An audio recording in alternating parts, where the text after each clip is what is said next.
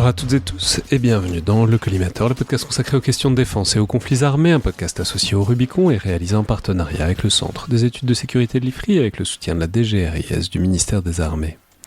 Je suis Alexandre Jublin et aujourd'hui pour ce dernier épisode inédit de l'année, ce sera donc un épisode, appelons ça mailbag, foire aux questions, courrier des auditeurs pour reprendre donc une tradition antique qui date de l'an dernier. Alors avant toute chose, bonne fête à tous et bonnes vacances pour ceux qui ont la possibilité d'en prendre. Ça a été encore une très belle année pour le podcast en votre compagnie, donc merci beaucoup pour votre soutien et votre écoute. Voilà, juste pour un petit point d'agenda, la semaine prochaine il y aura des rediffusions et ensuite on se retrouve donc début janvier pour de nouvelles aventures. Merci aussi à celles et ceux qui ont envoyé des questions. Il y en a eu particulièrement beaucoup cette année, trop pour les traiter dans le cadre d'une seule émission, donc désolé pour toutes celles et ceux dont je ne vais pas lire les questions. Ce n'est pas qu'elles n'étaient pas intéressantes, c'est simplement qu'il faut faire des choix, et puis la plupart du temps, c'est surtout que je n'ai pas trouvé le bon interlocuteur pour y répondre efficacement, parce que je peux essayer d'emmerder un peu les habitués de l'émission, mais pendant les fêtes, il y a des limites quand même à quel point je peux aller les persécuter pour répondre à des questions d'auditeurs. Typiquement, par exemple, une question à laquelle j'ai pas trouvé de bon interlocuteur, il y a la question de Julien, mais je vais la lire parce que je la trouve intéressante. Je cite « Que se passe-t-il si Vladimir Poutine meurt ?» Sans être complètement sénile, contrairement à un autre de ses contemporains admirateurs, je vois pas de qui on parle, il est quand même plus tout à fait frais, donc en cas d'AVC ou autre sympathie qui ne lui permettrait pas de voir la fin de la guerre qu'il programme avec tant d'engouement, qui prend le relais ? Est-ce qu'un successeur est déjà identifié, d'autres factions rivales prêtes à sortir du goulag ? Plus directement, quitte à les aider un peu, y a-t-il un scénario où ils se tapent dessus entre eux pour gratter un bout de pouvoir, plutôt que de continuer à nous emmerder ? Donc là, vous voyez, j'aurais aimé avoir le temps de contacter les experts de l'appareil d'État russe post-soviétique qui passent de temps en temps dans le podcast, qui sont bien plus qualifiés que moi pour y répondre, parce que c'est une question qui est, de fait, très intéressante et très structurante. Je vais quand même faire un petit bout de réponse. Alors avant tout, une remarque personnelle qui est que je pense qu'on gagnerait à se méfier de beaucoup de ces réflexions où un coup du sort pourrait résoudre tous nos problèmes, en l'occurrence la mort de Vladimir Poutine, parce que déjà ce sont des biais cognitifs assez identifiés et qui, je pense, nous détournent et nous éloignent d'une réflexion efficace sur ce qu'il faut faire pour faire face à la menace, qui je pense là est là pour rester. Et c'est très compréhensible de percevoir une personnalisation à outrance du pouvoir russe, c'est un fait, mais je pense que ça risque de masquer les structures qui sont derrière et qui sont au fond beaucoup plus importantes, c'est-à-dire une puissance russe qui se met en branle pour faire face à l'Occident depuis plus de 20 ans au moins, et qui ne s'arrête pas à Vladimir Poutine. Donc ça c'est une remarque personnelle, mais je vais quand même faire aussi un ersatz de réponse, parce que j'en ai quand même plusieurs fois parlé, notamment avec Dimitri Minik, qui n'était pas disponible, mais qui est un très bon connaisseur de ce paysage de l'appareil d'État russe. Première remarque, c'est que, dans le fond, Vladimir Poutine n'a pas l'intention de mourir. Je le dis parce qu'il n'y a pas si longtemps, on a capté une conversation de lui avec Xi Jinping, où il parlait de vivre jusqu'à 150 ans avec la technologie médicale moderne. Après, il en a même parlé en conférence de presse aussi, donc bref. Voilà, pourquoi pas, mais si la médecine moderne peut faire durer Vladimir Poutine, visiblement, il en a fermement l'intention. Deuxième remarque, qui est un peu ce que je vous disais aussi, c'est que Poutine n'est pas seul, et dans le fond, il est autant une émanation de cette pensée stratégique des élites russes que son conducteur ou son chef d'orchestre. Si vous écoutez quelqu'un comme Nikolai Patrouchev, qui est son ancien collègue du FSB, qui a été ensuite président du Conseil de sécurité de Russie, voilà, dans le fond, c'est pas très différent, ça aurait même tendance à être plutôt plus brutal que Poutine, donc voilà, attention à ne pas considérer Poutine comme un isolat, ou comme quelqu'un qui tirerait l'État russe à contre-courant pour ses obsessions personnelles.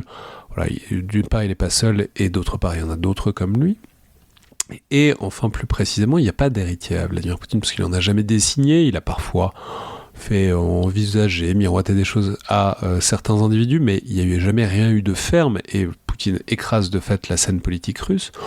Donc voilà, il faudrait voir ce qui se passerait s'il disparaissait, c'est évidemment très difficile à prédire, et quelles en seraient les conséquences sur la guerre en Ukraine en particulier. On n'est pas évidemment à l'abri d'une déstabilisation du pouvoir russe, qu'on a d'ailleurs déjà vu sous Vladimir Poutine, d'ailleurs, pendant les premiers mois de la guerre notamment. Je rappelle, il y a quand même eu l'épisode Wagner où il marchait quand même sur Moscou, donc ça n'a pas abouti, mais fonctionnellement, il y a eu un pouvoir russe un peu ébranlé pendant les premiers mois jusqu'à l'été 2023 environ. Mais voilà, encore une fois, je pense que, et je ne vais pas trahir la pensée de Dimitri en disant que voilà, une disparition de Poutine n'amènerait probablement pas à l'apparition d'une démocratie libérale et pacifique en Russie. Au demeurant, autant de choses que la Russie n'a littéralement jamais été au cours de son histoire, même pendant les années 90. Regarder un peu la chronologie fine des années 90 amènerait à beaucoup relativiser l'idée que la Russie a jamais été une démocratie réellement efficace.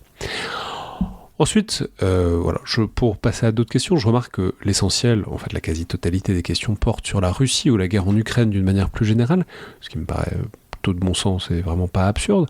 Alors je vais essayer de les prendre, je sais pas si c'est dans l'ordre, mais d'aller disons du plus général au plus particulier, au plus précis, avec avant tout plutôt une deuxième question donc de Simon. Je cite, « La plupart des commentateurs et l'entièreté de ceux qui s'expriment dans votre podcast partent du postulat de base que la Russie représente une menace militaire de court terme pour l'Europe, nécessitant un effort de réarmement substantiel. De là en découlent de nombreuses réflexions intéressantes, mais le postulat, lui, n'est à peu près jamais discuté ou alors expédié en quelques phrases. Il me semble qu'au vu de la taille des économies de chaque camp, des ressources militaires déjà disponibles en Europe, des nombreuses alliances qui lient nos pays et des gains limités que la Russie arrive à obtenir en Ukraine, les dégâts que pourrait occasionner cette dernière seraient limités si tant est que l'Europe arrive à fonctionner d'un seul bloc et montrer une capacité à rentrer dans le rapport de force. Deux conditions loin d'être atteintes, mais néanmoins moins coûteuses que de passer 2 points de PIB supplémentaires dans la défense dans un contexte d'endettement catastrophique. Serait-il possible de répondre sur ce point ? Excellente question, tout à fait bien formulée, bien tournée, d'autant que c'est quelque chose qu'on entend, c'est une réflexion qu'on entend assez souvent sur l'idée que déjà qu'ils n'y arrivent pas en Ukraine, qu'est-ce qu'ils peuvent faire contre nous autres puissantes démocraties libérales occidentales ? Voilà, ce qui passait un peu vite sur le fait qu'ils utilisent toute une variété de modes d'action qui ne sont pas que l'action armée qui a montré ses limites. Mais bref, je m'arrête là et je suis allé déranger cette fois, sans grande surprise pour les habitués du podcast, Elie Tenenbaum, le directeur du Centre des études de sécurité de l'IFRI pendant les fêtes. Je pense d'ailleurs, vous pourrez entendre, qui était visiblement en famille quand je l'ai appelé. Pour répondre donc à cette question, parce qu'il a récemment co-rédigé un rapport IFRI sur cette question particulière, comme vous allez l'entendre. Bonjour, alors merci beaucoup pour la question qui est très pertinente puisque derrière celle des rapports de force c'est celle finalement de la question de la nature de la menace russe comme de la nature de la capacité de réponse européenne qui est en jeu. Soit dit au passage, c'est précisément ce qui nous a motivés à l'IFRI pour écrire un long rapport qui est sorti en novembre de cette année sur les rapports de puissance Europe-Russie, à la fois sur le plan économique, militaire, sociétaux et diplomatique. Et donc, pour faire rapide et vous économiser sa lecture, même si évidemment je la recommande, effectivement, ce qu'il en ressort, ce que l'on sait assez bien finalement intuitivement, c'est que prise d'un seul bloc, l'Europe dépasse la Russie de la tête et des épaules. Son économie est environ 20 fois supérieure en termes de PIB. Ses investissements sont beaucoup plus élevés, ils attirent davantage d'investissements directs à l'étranger, son potentiel fiscal est bien plus large, les ressources d'innovation technologique, etc.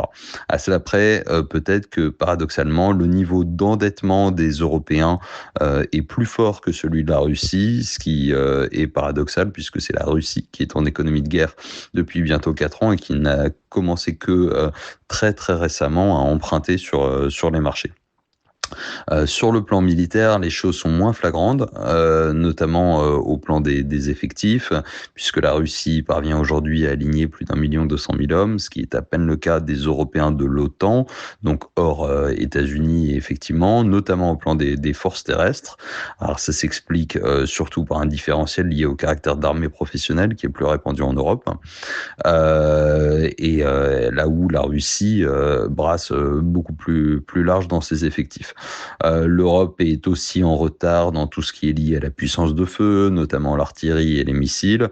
Et puis, si on rentre un petit peu plus dans le détail des structures de force, évidemment, la révolution des drones qui a été adoptée très largement en Russie sur l'exemple ou l'expérience ukrainienne, On a aujourd'hui une armée russe et notamment des forces terrestres russes qui peuvent aligner 5 millions de drones dans l'année, alors très largement sur des petits systèmes, mais qui transforment assez radicalement leur pratique tactique. Ça, aujourd'hui, en Europe, on maîtrise la théorie, mais on le fait pas en pratique. Et donc, si demain il y avait un choc, il y a quand même la question de la capacité européenne à faire face à une armée à l'ukrainienne, entre guillemets, côté russe.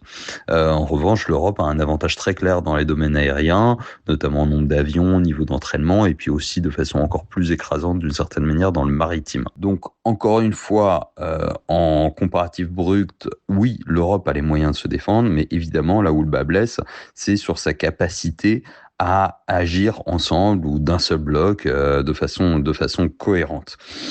L'Europe, c'est 27 pays de l'Union européenne, c'est 30 pays de l'OTAN, hors États-Unis et Canada, mais en incluant la Turquie, et donc pratiquement autant de positions politiques, de priorités, et finalement une capacité à agir d'un seul bloc qui reste limitée. Et en stratégie, cette fragmentation, elle se paye très cher.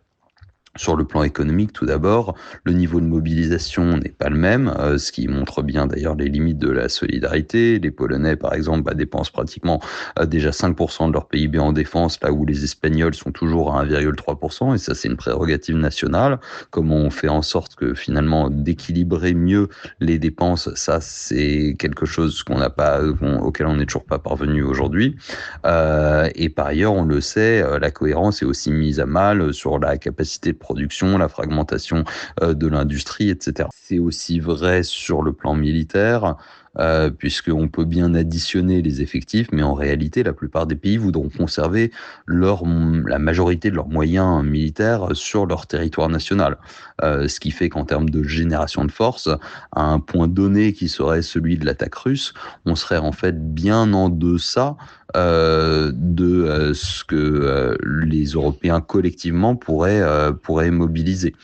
Euh, Par exemple, on compare souvent avec l'Ukraine en disant si l'Ukraine arrive à se défendre seule face à la Russie, ça sera encore plus facile pour l'Europe unie. C'est théoriquement imparable, mais la réalité, c'est que si un petit pays européen du flanc Est était attaqué et que les États-Unis ne s'engageaient pas massivement, eh ben, vous pourrez au mieux compter sur des effectifs de projection limités de quelques grands pays européens, France, Royaume-Uni, éventuellement Allemagne. On parle de dizaines de milliers, pas de centaines de milliers d'hommes. Donc un ordre de grandeur qui est en dessous de ce que vous avez en Ukraine. Donc la sortie de crise, elle passerait soit par une forme d'escalade et donc de dissuasion, soit par la mobilisation de modèles de force qui n'existent pas aujourd'hui en Europe. Enfin, tout ce manque de cohérence et de solidarité transeuropéenne, c'est précisément ce qui fait l'objet d'un effort stratégique essentiel de la Russie. Ce qu'on appelle parfois la guerre hybride, ou à minima la subversion politique, qui vise finalement à faire ce qu'on appelle parfois une attaque à la jointure de la cuirasse. Plutôt que de s'attaquer à une Europe unie, on va chercher à briser les morceaux qui sont déjà d'une certaine manière prédécoupés.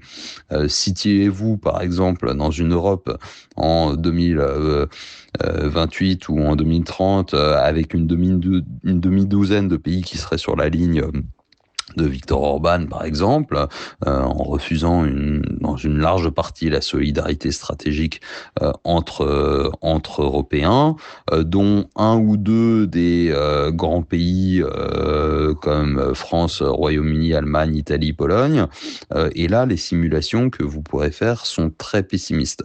Donc, pour résumer, oui, d'un seul bloc, l'Europe a tous les moyens pour faire face effectivement à la Russie, mais évidemment, c'est un présupposé qui est extrêmement fragile aujourd'hui et qui risque de l'être encore plus au regard des divisions internes qui sont accru aussi bien par la Russie et ses actions subversives que dans une certaine mesure par les États-Unis.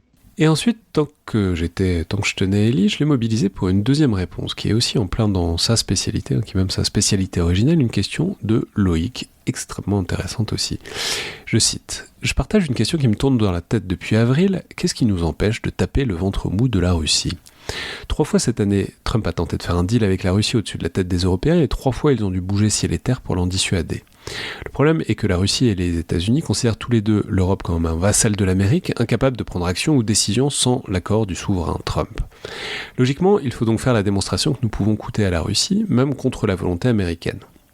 Il faut donc logiquement prendre une action sans soutien américain pour prendre de la monnaie d'échange face à la Russie.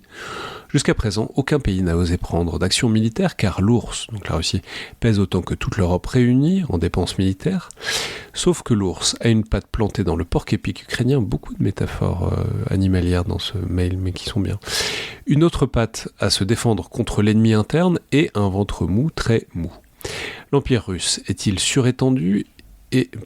L'Empire russe est surétendu et regorge d'opportunités pour tout acteur prêt à prendre l'offensive.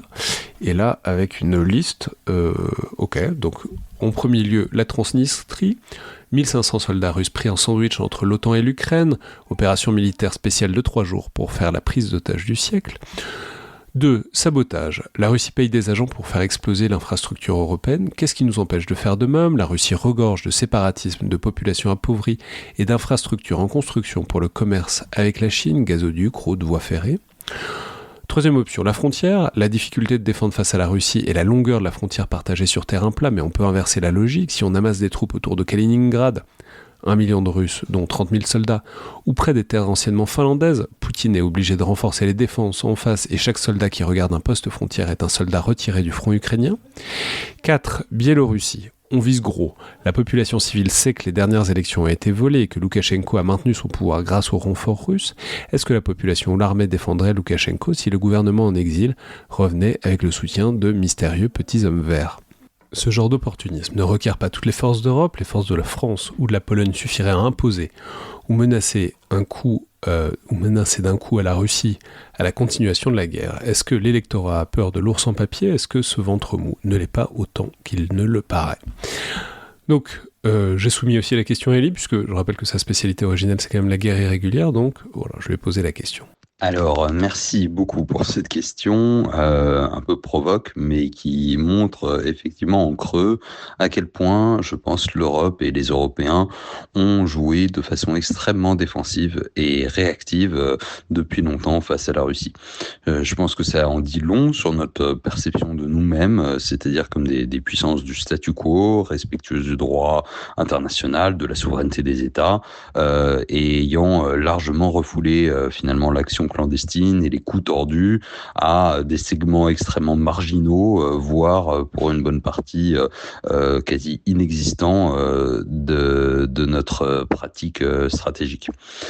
Cet état, on pourrait dire un petit peu de passivité ou extrêmement défensif, il est à la fois le résultat d'une forme assez idéologique de refus de penser la politique de puissance d'une manière générale, mais peut-être aussi du fait d'avoir externalisé la stratégie auprès de l'allié américain, et enfin d'une identité politique, géopolitique très encline à la stabilité, avec l'idée que finalement l'ordre international issu de la Seconde Guerre mondiale et puis de la fin de la guerre froide, nous est globalement favorable et qu'on perdrait fortement à le fragiliser. Sous-entendu, si on revenait demain aux droits de conquête et d'agression qu'on avait connus au XIXe siècle, où chacun peut pousser là où il a l'avantage stratégique parce qu'il a cet avantage, eh bien on se retrouverait vite dans un monde où les choses ne finiraient pas forcément très bien pour nous.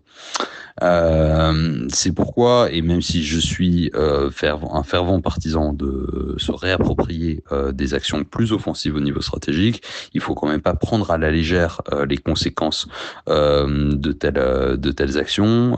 Amasser par exemple des troupes à proximité de Kaliningrad ou de la Carélie alors qu'on n'est pas encore dans une situation de conflit armé ouvert avec la Russie, pourrait tout aussi bien d'abord évidemment susciter et légitimer des réactions russes dans le champ militaire ou éventuellement hybride, et surtout nous sortirait du cadre naturel de l'OTAN, dont le principe de défense collective ne fonctionne évidemment que face à une agression non provoquée. Sur le plan du droit, par ailleurs, il faut quand même rappeler que si demain l'OTAN ou des États européens membres de l'OTAN individuellement se mettaient à vouloir se lancer dans des formes d'attaques militaires directes, elles perdraient aussi tout argumentaire face à la Russie en Ukraine, par exemple, ou éventuellement face à la Chine dans sa volonté de remettre en cause le statu quo à Taïwan. L'exemple de la Transnistrie est intéressant. On a effectivement affaire à un conflit gelé et la Moldavie, soutenue d'ailleurs en ça par le reste des États européens, ou la majorité d'entre eux, adhère au principe du règlement pacifique des différends, ce qui, en principe, empêche une attaque directe contre un pseudo-État, la Transnistrie, qui serait, dans les faits, effectivement incapable de se défendre, je suis d'accord, mais voilà. On est aujourd'hui tenu par le droit.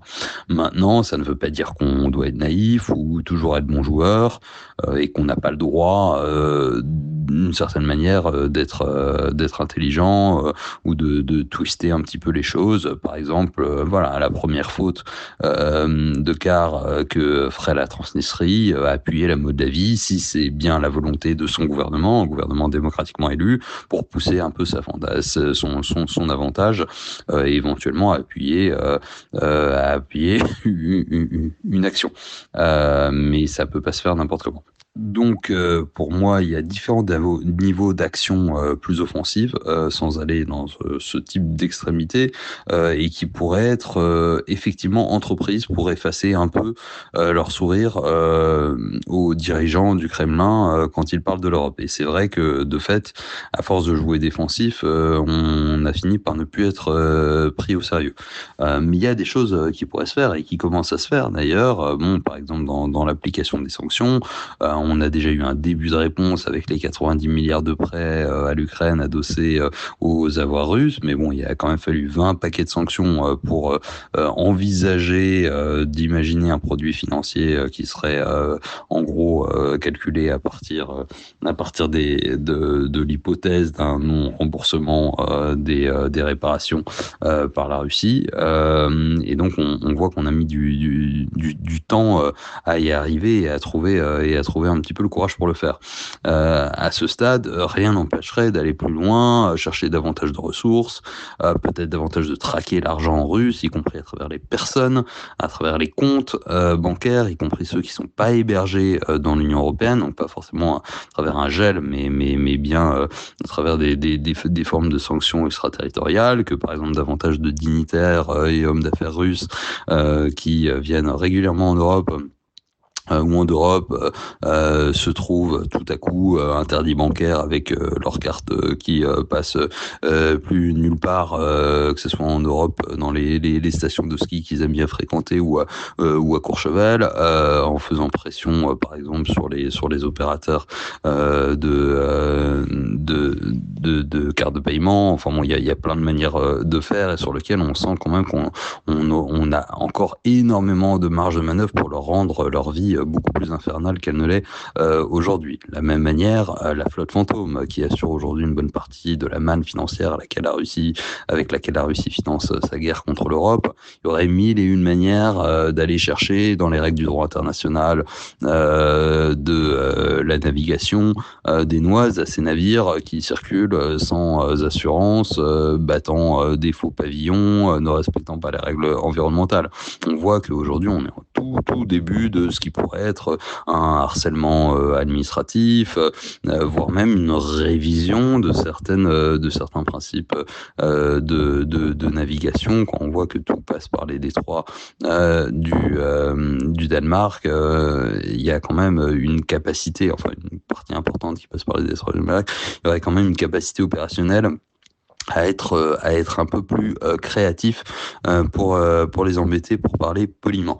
Il y a plein d'autres exemples qu'on pourrait envisager, y compris dans les champs de l'action clandestine, dans le champ cyber, même cinétique, pour répondre à la Russie à un niveau qui serait ne serait-ce que commencer à être à la hauteur de son agressivité. Je vais pas rentrer évidemment dans les détails ici, mais pour ça, il faudrait en un mot un petit peu enlever les gants, ce qu'on a pu faire par le passé face aux groupes terroristes, et sans pour autant nier tous les principes pour lesquels les Européens se battent. Voilà. Merci.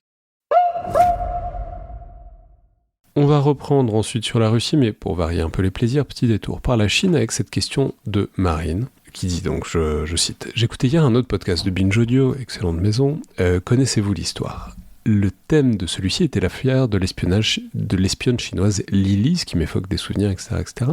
La conclusion du podcast était que les services français étaient assez désemparés face à cette vague d'espionnage industriel en France des étudiants chinois. Mon cheminement de pensée est le suivant. S'il y a espionnage industriel, il doit y avoir également espionnage en matière de défense, d'autant plus si ces étudiants parviennent à intégrer les entreprises françaises de défense. J'ai des doutes à ce sujet, mais...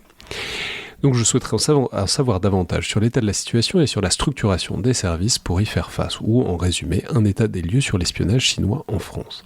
Très bonne question aussi pour celle-ci. Donc, je suis allé voir Antoine Isambard, donc journaliste à Intelligence Online, qui est notamment récemment passé par le podcast pour parler des purges dans l'appareil militaire chinois, mais qui était venu il y a des années maintenant, c'était sa première apparition, pour parler justement de l'espionnage chinois en France, sur lequel il avait notamment publié 2 livres, le premier France-Chine, les liaisons dangereuses, et le second, Trahison à la DGSE. Alors, c'est vrai que déjà, bon, avant de revenir un peu sur l'état aujourd'hui de la menace chinoise, c'est vrai que l'affaire de Valeo qui remonte à 2005, ça avait un peu déniaisé tout le monde, et en même temps, c'était quelque chose qui était assez basique. C'est-à-dire qu'on avait une jeune chinoise qui avait été prise en train d'avoir du matériel chez elle, et en fait de collecter des données. Elle était visiblement au sein de l'atelier et de l'unité de climatisation de Valeo. Valeo, on peut rappeler, c'est un équipementier automobile, hein, c'est pas non plus du secret défense, mais c'est automobile. Et en fait, c'est vrai que la Chine à l'époque était en retard et n'avait pas en fait la technologie que faisait Valeo sur vraiment la climatisation poussée de certains véhicules. Donc ça faisait sens que le pays s'intéresse à ça. Et en fait, je dirais comme dans pas mal d'histoires d'espionnage, et c'est encore le cas aujourd'hui, donc on avait pu documenter le fait elle avait collecté de manière non autorisée de l'information de Valeo, qu'elle avait chez elle un matériel qui laissait penser qu'effectivement elle faisait de l'espionnage, mais on n'avait pas pu documenter le fait qu'elle avait transmis en fait ces données-là en Chine, et donc on n'avait pas pu en fait la confondre et donc la condamner pour espionnage. Elle avait été condamnée pour d'autres motifs. Elle avait fait une cinquantaine de jours en prison. Et même au sein de la police, et enfin à l'époque de la DST, c'était la Direction de la surveillance du territoire, l'ancêtre de la DGSI, on avait considéré que l'affaire avait été mal gérée parce qu'en fait son matériel avait été saisi très rapidement, alors qu'il aurait probablement fallu en fait la pister et essayer d'attendre le moment où elle communiquait ces éléments en Chine. De mémoire, c'était quand même très très louche comme affaire. Elle avait des bécanes d'une puissance gigantesque chez elle. On voyait mal ce qu'une étudiante en stage faisait avec ce genre de matériel, si c'était vraiment juste pour faire son stage, quoi. Non, exactement. Mais encore une fois, le seul problème, c'est qu'on n'avait pas pu documenter la transmission de données à une puissance étrangère, et on n'avait pas pu l'inculper pour ça. Je dirais qu'après, en fait, dans les grandes affaires d'espionnage chinois, en fait, si on regarde un peu dans le passé, il y a eu d'abord dans les années 70-80 l'affaire Boursicot, qui était un haut fonctionnaire français c'était un peu loufoque, il avait eu une relation avec un chanteur de l'Opéra de Pékin qui pensait être une femme et qui était en réalité un homme. Et ça avait donné lieu à un film de David Cronenberg par la suite. Et bon, on était sur de la transmission d'informations à la Chine qui était pas véritablement sophistiquée. Il y avait des télégrammes diplomatiques. Dans ces télégrammes, il y avait notamment des articles de presse, notamment du Figaro. On en a beaucoup parlé, Lily Wang. Je dirais qu'on était aussi un peu dans cette affaire d'espionnage où, bon, on regardait ça un petit peu en souriant parce que c'était une jeune étudiante chinoise et que finalement, bon, il n'y avait pas eu énormément de dégâts. Et en fait, de plus en plus, après, on allait sur des opérations qui ont été plus sophistiquées.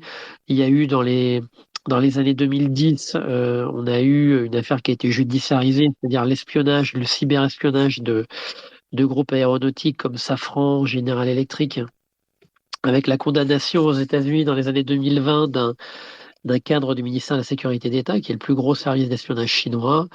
On a eu des cyberattaques que le renseignement français a attribuées en interne. Il n'y a pas eu d'attribution publique, mais en interne, il y a eu pas mal de cyberattaques contre Airbus et de différents groupes aéronautiques qui ont été attribués à la Chine. Il y a eu ensuite un procès en 2020 sur 2 espions de la DGSE qui ont été retournés par la Chine et qui ont transmis des documents classifiés, notamment des noms d'agents de la DGSE. Donc on est rentré dans des choses un peu plus hard et en fait ça allait de pair avec le fait que la Chine voilà, a durci le régime depuis que Xi Jinping est arrivé au pouvoir en 2013, qu'il a considéré que en fait tout ce qui était stratégique et notamment, enfin, il y a eu tout un tas de plans, il y a eu notamment le plan Made in China 2025 qui listait une dizaine de secteurs comme l'aéronautique, les télécoms, euh, les biotechnologies dans lesquelles la Chine devait être quasiment souveraine et pouvoir les faire localement.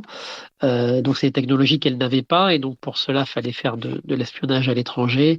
Et donc voilà, on a vu à partir de là véritablement la Chine être beaucoup plus active dans des domaines beaucoup plus stratégiques.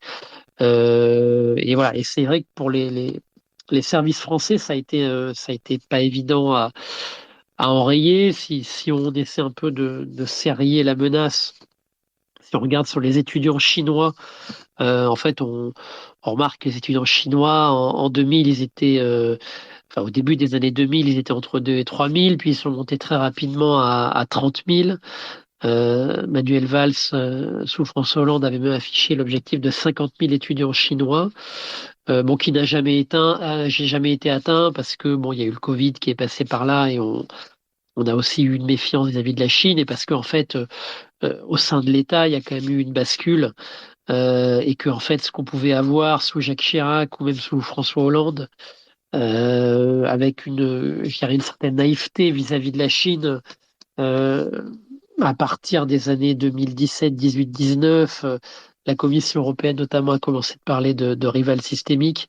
On a eu en France aussi un pouvoir qui était plus acculturé à la menace, avec des services qui étaient plus mobilisés sur la question. Et donc, voilà, on est devenu, je dirais, beaucoup moins accommodant. Mais voilà, quand on regarde les services chinois, on dit que le plus important, le MSE, c'est entre 100 000 et 200 000 agents.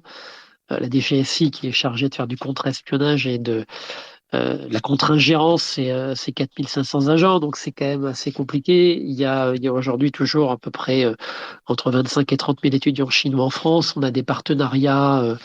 Euh, on a notamment ce qu'on appelle les 7 fils de la défense nationale, c'est 7 universités chinoises qui sont liées à l'armée chinoise et qui collaborent et coopèrent avec des universités françaises. Et donc ça, il y a tout un travail de la DGSI qui essaie d'éviter en fait les collaborations, mais ça marche pas toujours. Euh, donc voilà, parce que en fait, voilà, les Chinois, il y a notamment un programme qui s'appelle le China Scholarship Council, où en fait la Chine finance à hauteur de 50 000 euros l'étude que peut faire un doctorant par année. Et souvent, en fait, quand le doctorant a pu finir sa thèse, en fait, le brevet qui peut en résulter va être l'apanage unique de la Chine ou de l'université. On a Huawei ou ZTE, des groupes chinois qui financent aussi beaucoup ça. Et donc voilà, on a une sorte de sous-traitance un peu de la recherche française. Et bon, l'État et les services essaient de mettre le haut là-dessus, mais en même temps, on a un milieu universitaire qui manque à la fois de financement et qui est par nature ouvert et qui veut faire de la recherche. Donc c'est toujours un peu dur de lui faire entendre un discours qui est celui de attention, on a des pays comme la Chine qui peuvent aussi vous utiliser, quoi. Donc s'il fallait résumer, vous diriez qu'il y a eu une sorte de prise de conscience, il y a eu une sorte de sortie de la naïveté. Pour autant, structurellement, il y a quand même un système qui s'est mis en place. Et c'est quand même encore un point d'attention sur notamment toutes les parties. Enfin, d'ailleurs, est-ce que ça se limite aux questions technologiques ou est-ce que c'est quelque chose de plus large? Mais sur les grandes populations d'étudiants chinois qui arrivent en France et leur intégration ou pas, disons, à l'appareil d'État et aux priorités stratégiques du régime, quoi. Oui, moi je dirais que le côté positif, c'est qu'il y a vraiment eu un changement, je dirais, de mentalité à la fois du politique et même de certaines universités. On l'a raconté là dans Intelligence Online cette année. Il y a eu l'université chinoise de Beiyang, qui est une des universités liées à l'armée chinoise, qui avait signé un accord avec le réseau ENSTA en France, d'école d'ingénieurs. Et en fait, le projet a été retoqué au dernier moment par le board du groupe ENSTA, qui a estimé qu'en fait, il y avait aussi un risque à se lier avec Beiyang. Donc voilà, ça c'est des choses qu'on voyait pas du tout, je dirais, il y a une dizaine ou une quinzaine d'années. Et voilà, et en même temps, bah, il y en a d'autres qui sont pas véritablement dans cette approche-là. Et c'est vrai qu'arriver à endiguer un petit peu à la fois le volet financement, parce que on a aussi des rachats de start-up, dans le milieu de la défense, et je crois que c'était aussi le sens de la question, on a eu évidemment des activités d'espionnage plus classiques avec, on parlait de la DGSE et de 2 agents qui ont été recrutés. Mais voilà, le milieu de la défense est aujourd'hui l'un des plus ciblés. On sait que la Chine, mais comme d'autres pays, comme la Russie par exemple, ou même les États-Unis, s'intéressent aussi à l'espionnage politique et essaie de recruter aussi des personnes dans l'édifice politique. Donc voilà, on a une menace qui est un peu multiforme, mais qui est difficile à parer en fait par rapport aux moyens financiers déployés et par rapport en fait au nombre d'agents et à l'utilisation de la diaspora. Il y a une diaspora chinoise qui est assez forte en France, et l'une des forces enfin, l'une des particularités de la Chine en fait est de faire pression sur la diaspora vivant en France ou dans d'autres pays. Et si ces personnes ne veulent pas rendre service, les services chinois vont ensuite faire pression sur leur famille qui vit en Chine, et ça c'est un levier qui est quand même très très efficace. Donc voilà, on a aussi aujourd'hui, on parle beaucoup plus de répression transnationale et comment la Chine en fait va s'attaquer en France au personnel, aux gens qui sont ouïghours, aux gens qui sont des dissidents. Et ça, la DGSI, par exemple, cette année, là, en début d'année, a créé une page spéciale en 5 langues, notamment en mandarin, pour essayer en fait de prévenir la diaspora chinoise de saisir la DGSI s'ils se sentent menacés en France. Donc, ça fait partie aussi des choses qu'on voit de plus en plus. Et je peux rappeler que sur cette affaire spécifique de la DGSE, vous avez publié un livre avec Franck Renaud en 2022, Trahison à la DGSE, révélation sur le vrai bureau des légendes aux éditions Stock, dont vous étiez d'ailleurs venu parler dans le podcast. Merci beaucoup. Merci. Alors, dernière question ensuite, soit dit en passant, voilà, il y a aussi dans les questions, alors déjà plein de mots gentils sur le podcast, donc merci beaucoup à tous. Et aussi plein de suggestions de thèmes d'émissions qui sont bien notés de mon côté. Certaines sont déjà dans les tuyaux et d'autres, je les mets dans un coin pour le moment où ça se présentera, où je trouverai le bon invité pour les traiter. Donc, question qui est en 3 parties de Victor. Première partie, sur les chars et leur rôle actuel. Je cite, « Suite à votre récente émission sur les chars, si les combats de chars contre chars sont si rares et que le rôle du MBT, donc le Main Battle Tank, le char de combat, est aujourd'hui remis en question, pourquoi ne pas opter dans le cadre de la France qui cherche à se rééquiper en chenille pour des véhicules de soutien d'infanterie type CV90 avec le CV90-120, un char léger entre guillemets. Ces options semblent en effet mieux correspondre à notre budget, notre logistique, nos doctrines et l'idée d'une certaine masse. » Et donc là-dessus, pour poser la question, je suis évidemment allé voir l'invité de cette émission sur les chars, Léo Peria-Peigné de l'IFRI. En fait, un châssis chenillé moyen ou léger avec un canon de gros calibre, c'était une des idées globales qui sous-tendait le programme Scorpion initial, avec une partie qui devait être les plateformes à roues qu'on connaît aujourd'hui, et une plateforme qui devait en fait être assez proche du CV90-120, donc un véhicule en fait de combat d'infanterie chenillé avec un canon de 120 mm, mais cette partie-là a été écartée en fait au début des années 2000, pour se concentrer exclusivement sur la roue. Maintenant, le CV90, il est effectivement assez bien connu des services des militaires comme des politiques. Les retours d'Ukraine sont plutôt bons, mais en fait, je pense que... Le CV90, on peut rappeler, c'est un engin suédois. Voilà, c'est un engin suédois qui a été fourni à plusieurs dizaines d'exemplaires à l'Ukraine, et surtout, ce qui est particulièrement intéressant, c'est qu'il a en fait été acheté par beaucoup de pays en Europe, et qui pourrait tout à fait rentrer dans le cadre de programmes d'acquisition communs. Maintenant, attention, un char léger, ça doit pas rimer avec palliatif pas cher, un peu au rabais, qui sacrifie la protection, ou la puissance de feu, ou une forme de polyvalence.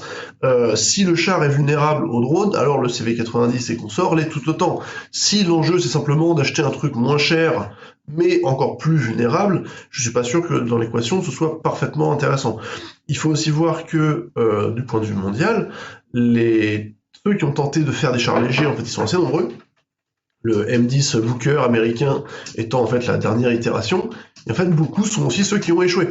Au sens où on arrive assez souvent à un espèce d'hybride entre un char léger mais qui a été tellement alourdi par exigences successives de protection ou de technique qu'il est en fait devenu un char moyen. Le M10 Booker, je crois, dépassait très largement les 35 voire les 40 tonnes. Et ça a en fait assez peu de succès, c'est assez peu attirant. Il y a quelques exemples, comme par exemple le char léger indien, dont j'ai oublié le nom, mais qui est adapté plutôt à un usage, on va dire, montagnard par exemple. Vous allez avoir le Kaplan, qui est le système qui a été développé conjointement entre les Turcs et les Indonésiens. Et globalement, des pays qui s'équipent de flottes assez conséquentes de chars légers, elles sont assez limitées. Moi, de mon côté, au vu des potentialités de l'industrie française, des moyens et des projets en cours, je pense qu'un char moyen, entre guillemets, qui se fera entre 40 et 50 tonnes, avec certains sacrifices sur la technicisation pour avoir un coût, une rapidité d'acquisition plus importante, seront peut-être plus intéressants qu'un énième char léger qui ne marchera pas forcément aussi bien qu'on le prétend. Maintenant, c'est mon opinion. Après, la question, faut voir, peut-être que la question postule aussi d'acheter sur étagère des chars type CV90, c'est-à-dire des chars qui seront produits avec ce savoir-faire de la chenille qu'on n'a plus visiblement, c'est-à-dire et dans le cadre de quelque chose qui aurait sens au niveau européen, avec un pays comme la Suède qui est un partenaire de plus en plus, disons, intime de la France. Voilà, c'est l'idée de, si on regarde sur étagère, qu'est-ce qu'il y a, qu'est-ce qui est bien, qu'est-ce qui est pas trop cher, qu'est-ce qui est toujours produit et qu'est-ce qu'on peut acheter avec des gens avec qui ça fait sens. Le CV90 suédois peut cocher un peu toutes ces cases, quoi. D'une certaine manière, ça permettrait à la France de rentrer dans une dynamique de BITDE, de base industrielle technologique de défense européenne, de manière un peu plus prononcée. Au sens où on entend souvent en France que la BITDE, ça n'existe pas, et que les programmes de coopération sont toujours des échecs. Dans le domaine terrestre, c'est faux.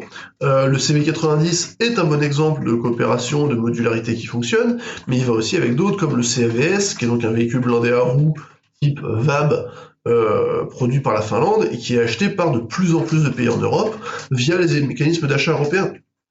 Effectivement, le C90 a pour lui cet avantage d'être vraiment européen et d'offrir un niveau d'interopérabilité, d'interchangeabilité potentiellement avec les partenaires qui l'ont déjà, qui est important. Attention cependant, le CV90-120, pour le moment, il me semble que c'est encore un prototype. Il n'existe pas encore. Donc 120 avec un canon de 120 mm. Voilà, ce qui est une des nombreuses versions du C90, et surtout il me semble qu'il est censé pouvoir porter une tourelle automatique, on va savoir sans humain dans la question de la tourelle, mais plutôt les humains contrôlent depuis la question du véhicule. J'espère de ce point de vue-là qu'on a fait des progrès depuis le Striker 120, qui était donc un véhicule blindé à roues américain qui était censé à un moment remplacer les chars dans certains pays, mais qui s'est avéré en fait avoir une tourelle qui était à la fois assez complexe, assez fragile, et dont la précision, notamment pour redoubler les coups après que vous ayez mis un premier tir, n'était pas forcément satisfaisante. Donc, il faut bien comprendre que le canon de 120, c'est pas une arme anodine, elle a ses propres contraintes en termes de poids, de précision et de stabilité, qui n'est pas forcément si facile que ça à mettre sur un châssis plus léger. Et par rapport, enfin peut-être pour terminer, au retour d'expérience de l'Ukraine, où visiblement c'est quelque chose qui est relativement apprécié par les Ukrainiens, et disons sur son adaptabilité à ce type de char, pour ce type de segment, sur ce type de conflit, qui est, on le répète tout le temps, mais qui est quand même extrêmement particulier, mais qui, en tout cas, là, visiblement, coche un certain nombre de cases que ne coche pas, je sais pas, la MX-10 RC ou d'autres chars plus complexes. En effet, le CV90, c'est un compromis qui est quand même intéressant. Les Ukrainiens apprécient les chars, les vrais occidentaux, pour leur puissance de feu, leur protection. Tout ça est vrai. Maintenant, ils critiquent aussi assez abondamment leur poids, déjà au-dessus de 60 tonnes, ce qui est vraiment une rupture pour des tankistes ukrainiens. Leur complexité, au sens où réparer un char occidental, vu qu'ils en ont aussi assez peu, ça peut prendre plusieurs mois. Euh, et aussi leur incapacité à faire un tir indirect en cloche, quoi, qui soit correct. Maintenant, le critique, il partage aussi, par exemple, avec la MX SRC, qui lui, de son côté, est trop léger, trop insuffisamment blindé, incapable de faire un tir indirect correct de par la nature de sa munition, qui est une munition raccourcie. Euh, donc le CV90, de ce point de vue-là, c'est effectivement un compromis qui est intéressant. Maintenant, c'est un compromis qui est intéressant dans le cas ukrainien. Il n'est pas forcément, ou du moins dans le cas ukrainien actuel, qui est un conflit stabilisé sur des lignes de front qui bougent assez peu, à voir ce que ça pourrait donner sur une opération de type Kursk comme en 2024. Et là, sur ce point, il s'agira de voir avec l'expérience. Ensuite, deuxième partie de la question, sur les ATGM, donc Anti-Tank Guided Missiles, les missiles anti-chars et autres lance-roquettes. Nous parlons souvent des chars, mais qu'en est-il des missiles anti-chars et autres lance-roquettes? Quel est leur rôle aujourd'hui dans un environnement brouillé et dronisé? Ils semblent en effet relégués au rang de lance-grenades. Là, c'est Stéphane Audran que je suis allé voir, qui est donc expert et consultant en risques internationaux, passé souvent par le podcast pour parler notamment d'armes légères, et qui publie régulièrement d'excellentes analyses du conflit ukrainien qu'on retrouve notamment sur le site Le Grand Continent. Alors, sur cette question des lance-missiles anti-chars, des lance-roquettes et d'une manière générale de l'évolution de la puissance de feu, il y a des choses dont on parle beaucoup en Ukraine, sur l'allongement de la puissance de feu, sur la profondeur, sur l'importance des drones. Il y a des choses dont on parle moins aussi sur l'évolution de l'armement d'infanterie, puisque c'est une guerre qui s'infantrise beaucoup. Et il ne faut pas réduire l'infanterie à juste des fusils d'assaut. Et en fait, il y a beaucoup d'évolutions micro-tactiques, alors qui n'est pas toujours très bien documentées. Les derniers briefs Russie n'en parlaient pas vraiment. Et donc, au passage, merci à Vincent Touret qui m'a aidé à préparer cette réponse. Ce qu'on voit, c'est qu'effectivement, il y a moins de tirs de lance-missiles anti-chars en Ukraine, parce qu'il y a moins d'assauts blindés mécanisés, et que les drones, malgré tout, font, disons, la première vague de contre sur les véhicules blindés. On voit encore quelques tirs de missiles anti-chars russes type 9M113. Les Suédois ont dit qu'ils allaient aussi fournir un nouveau lot de missiles anti-chars à l'Ukraine. Donc ça reste une capacité qui est utilisée, mais qui clairement fait moins l'actualité qu'au début de la guerre où le missile Javelin était vraiment très, très, très, très présent.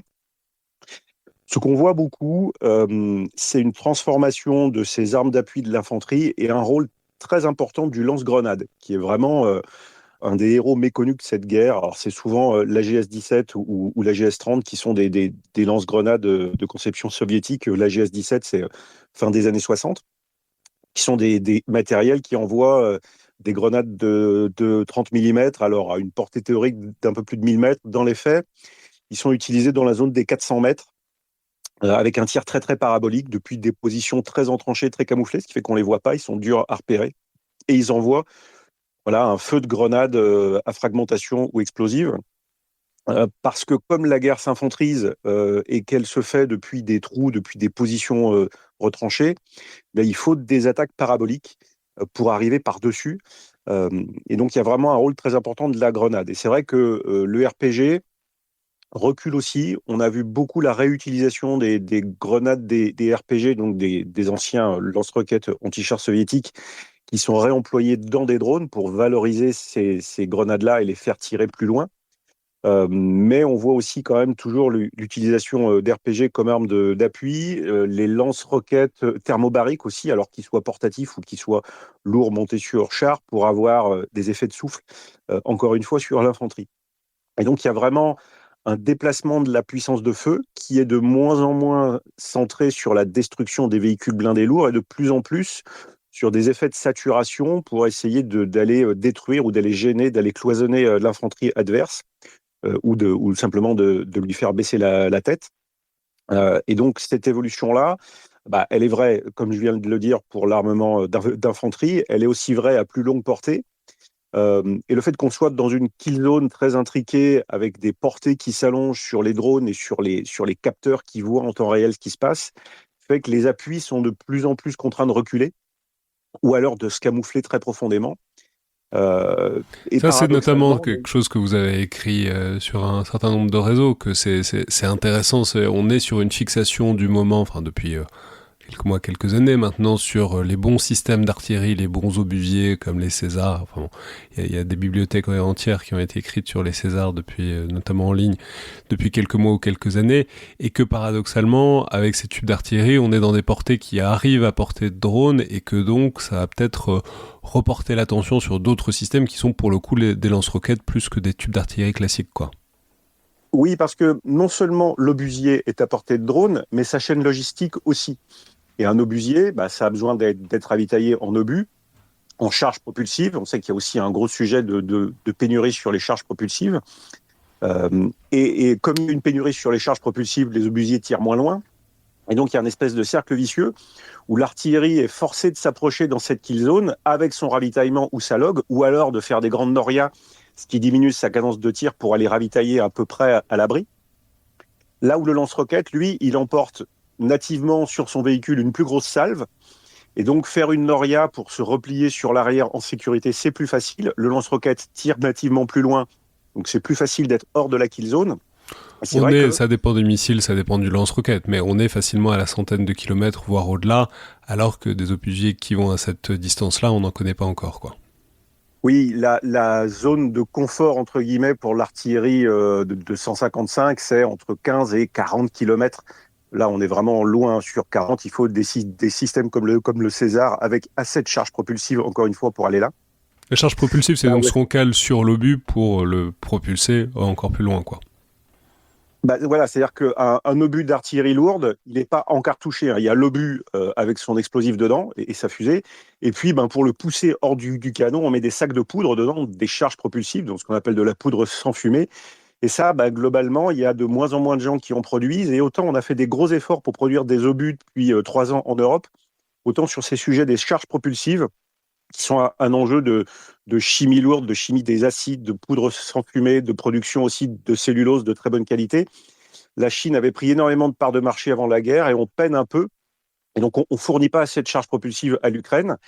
Les différents pays européens n'ont pas toujours des charges très standardisées. Et donc, visiblement, les Ukrainiens, des fois, se retrouvent avec une charge anglaise, une charge française, une charge américaine. Et donc, faut les panacher, essayer de voir à peu près où est-ce que l'obus il va tomber. Donc, tout ça, ça complique la vie des artilleurs. Là où, effectivement, le lance-roquette, lui, 60 km, c'est sa zone de confort, 100, 120 km.